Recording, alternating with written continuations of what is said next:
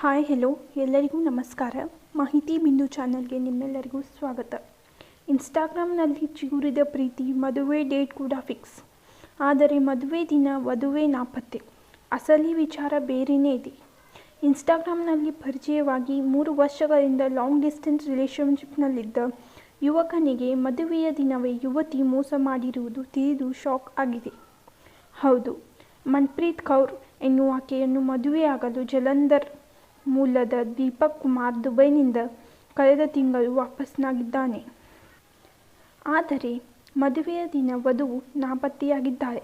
ಅಷ್ಟೇ ಅಲ್ಲದೆ ಆಕೆ ವಿವಾಹಕ್ಕಾಗಿ ಬುಕ್ ಮಾಡಿದ ಸ್ಥಳವೇ ಇಲ್ಲವೆಂದು ತಿಳಿದು ವರ ಹಾಗೂ ಆತನ ಕುಟುಂಬಸ್ಥರು ಶಾಕ್ ಆಗಿದ್ದಾರೆ.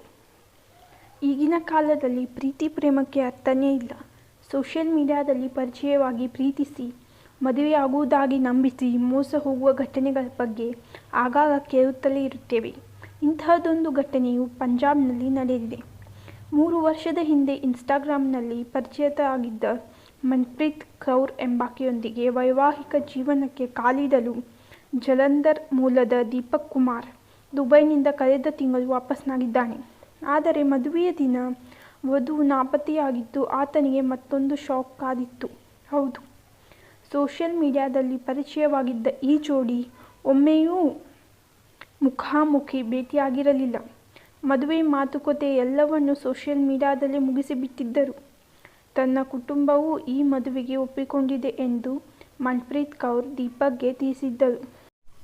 ಹೀಗಾಗಿ ದೀಪಕ್ ಕುಮಾರ್ ಮನೆಯವರಿಗೆ ಈ ವಿಷಯ ತಿಳಿಸಿ ಮದುವೆಗೆ ಎಲ್ಲ ಸಿದ್ಧತೆ ನಡೆಸಿದ್ದಾನೆ. ಅದಲ್ಲದೆ ಮದುವೆಯ ದಿನ ವರನ ಕುಟುಂಬವು ಅರ್ಧ ದಾರಿಗೆ ತಲುಪಿದ ಬಳಿಕ ತಮ್ಮ ಕಡೆಯ ಕೆಲವು ಜನರು ಅಲ್ಲಿಗೆ ಬಂದು ನಿಮ್ಮನ್ನು ಮದುವೆ ಹಾಲ್ಗೆ ಕರೆದುಕೊಂಡು ಬರುತ್ತಾರೆ ಎಂದು ಮದುಮಗಳು ಕುಟುಂಬದವರಿಗೆ ತಿಳಿಸಿದ್ದರು. ಹೀಗಾಗಿ ಜಲಂಧರ್ನ ಮಂಡಿಯಾಲಿ ಗ್ರಾಮದಿಂದ ಮೊಗಾದಲ್ಲಿನ ಮದುಮಗಳು ಹೇಳಿದ ವಿವಾಹ ಸ್ಥಳಕ್ಕೆ ದೀಪಕ್ ಕುಮಾರ್ ತನ್ನ ಕುಟುಂಬದ ಸಮೇತ ಬೆಳಗ್ಗೆ ಬಂದು ತಲುಪಿದ್ದಾರೆ. ಆದರೆ ಸಂಜೆ 5 ಗಂಟೆ ಕಳೆದರೂ ಹುಡುಗಿ ಕಡೆಯವರು ಬರಲೇ ಇಲ್ಲ. ಫೋನ್ ಮಾಡಿದರೂ ಸಂಪರ್ಕ ಸಿಗಲಿಲ್ಲ. ಕಾದು ಕಾದು ಸುಸ್ತಾದ ಬಳಿಕ ರೋಸ್ ಗಾರ್ಡನ್ ಪ್ಯಾಲೇಸ್ ಎಲ್ಲಿದೆ ಎಂದು ಸ್ಥಳೀಯರನ್ನು ವಿಚಾರಿಸಿದ್ದಾರೆ. ಆದರೆ ಮೊಗಾದಲ್ಲಿ ಅಂಥ ಜಾಗವೇ ಇಲ್ಲ ಎಂದು ತಿಳಿದು ಶಾಕ್ ಆಗಿದ್ದಾನೆ. ಆ ವೇಳೆಗೆ ತಾನು ಮೋಸ ಹೋಗಿರುವುದಾಗಿ ವರನಿಗೆ ತಿಳಿದಿದೆ. ಆ ಬಳಿಕ ಮದುಮಗ ಪೊಲೀಸ್ ಠಾಣೆಗೆ ತೆರಳಿ ವಧು ಹಾಗೂ ಆಕೆಯ ಕುಟುಂಬದವರ ವಿರುದ್ಧ ದೂರು ನೀಡಿದ್ದಾನೆ.